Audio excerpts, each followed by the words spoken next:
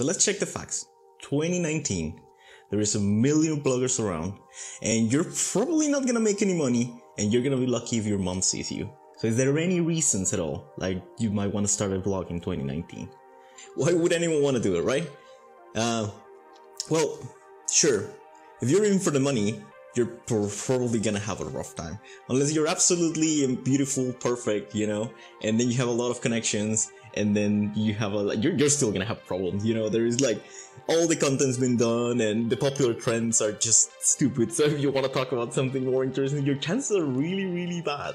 Honestly, I don't think to myself blogging has to be something that has now been commercialized. For sure, there is some space for that, and I'm glad when some people find their niche into doing that. But I don't think that's the main reason why someone will get into nowadays. Now, one of the things is it's really powerful to see yourself, to reveal yourself, and how do you talk, like to edit or chop it out like something you're doing, you know, because you have to see yourself as other people see you when you're talking. And that can be difficult. That can be something that you might not want to face. Because sure, every one of us sees ourselves in the mirror in the morning, but it's like, yeah, making some nice faces, just brushing your teeth or whatever. It's something we're used to it. You are not used to see yourself talking.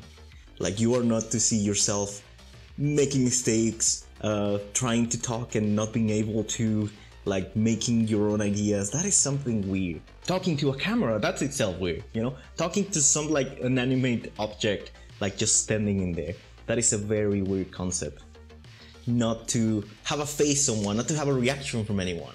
You know, that is a weird concept as well. It is definitely an experience. It is definitely something that maybe you should try once in a while. It makes you realize about aspects of you that you might not think on a regular basis. So that is pretty cool. For me personally, one of the reasons was that I wanted to get more into knowing how video works. And I know it sounds weird because, you know, a video is a video. There is more technical sides of things, you know?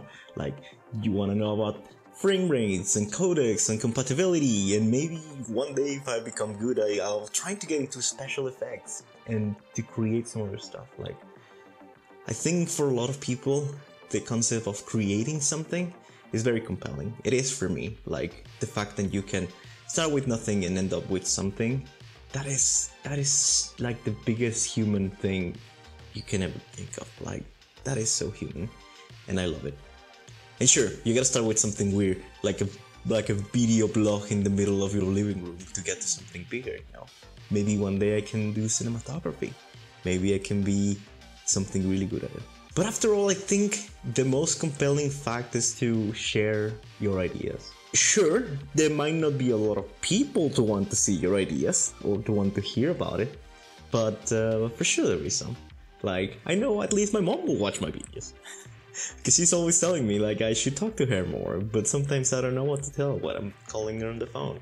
I want to share some of my thoughts, like, with some friends and some family.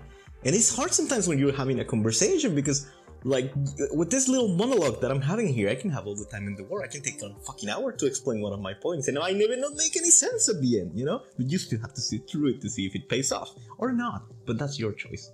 And to have that opportunity, I think that's the biggest thing about making a blog. Any year, anytime. It's like the modern version of writing a little paragraph, you know, like writing a little open letter to the world. And I think that's the real power of it. Not the fame, not the money, because that's probably not gonna come, and if you expect something coming out of it, it's probably not gonna pay off in the long run. But being able to share those ideas, like those deep, intricate concepts that might take more than one sentence or two, that is really powerful, I think. Also because, like, I have many friends that unfortunately I can not longer see. Like, we don't live in the same cities anymore, like probably on the other side of the world. There's people I cannot longer see, and sometimes I wish to share something with them because they're really good people. We're really great friends. I am from Mexico, and I am talking English now, not because I'm trying to be like, you know, English size or whatever. It's just like there is legitimately many people that I know and they don't speak any Spanish, and it's easier for me to translate it to Spanish later than just do the whole thing over again. But yeah, if you know me and you want to see what's going on from time to time, you're always welcome here. And if you're thinking about doing a blog for yourself, definitely try it. Give it a go. I mean, what's the worst that can happen? Just get your cell phone, do something in there. Let people know what you're thinking.